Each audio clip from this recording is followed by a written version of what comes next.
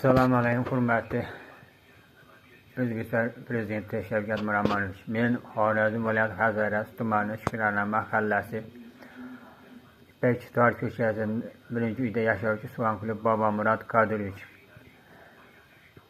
O'zlida partiya a'zosiman. Men sizga murojaat qilishim sababi bu Shovot tumanidan Bahodir Norboyev Iskandarovich, Xorazm Kafolat savdo aksiyadorlik jamiyati rahbari.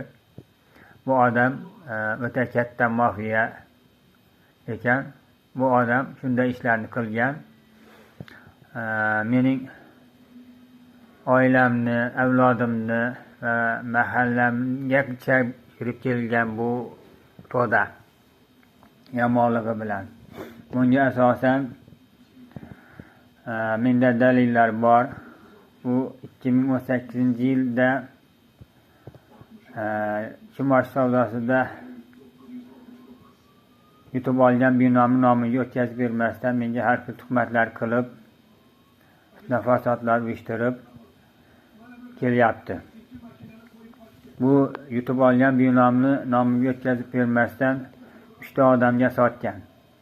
Hozir bittasi qaddini ko'tarib, ularni ishdan tushirib, mana shunday ishlar qilyapti. Buni prokuratura, organ, sudlar buni Xorazm viloyati hech qanday chora ko'rishmayapti.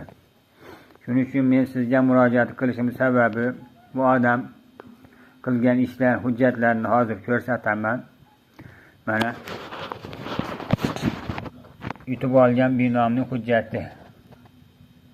G'oliblik bayonnomasi mana 90-sonli.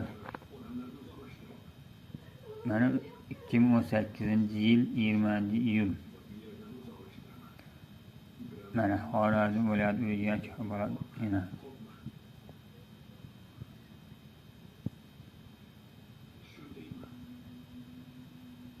Mana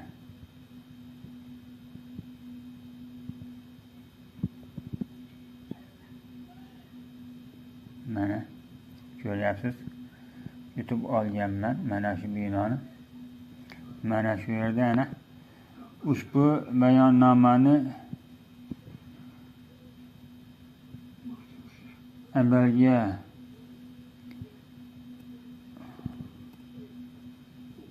ushbu bayonnomani imzolangan vaqtdan boshlab 5 kun mobaynida sotuvchi bilan oldi sotdi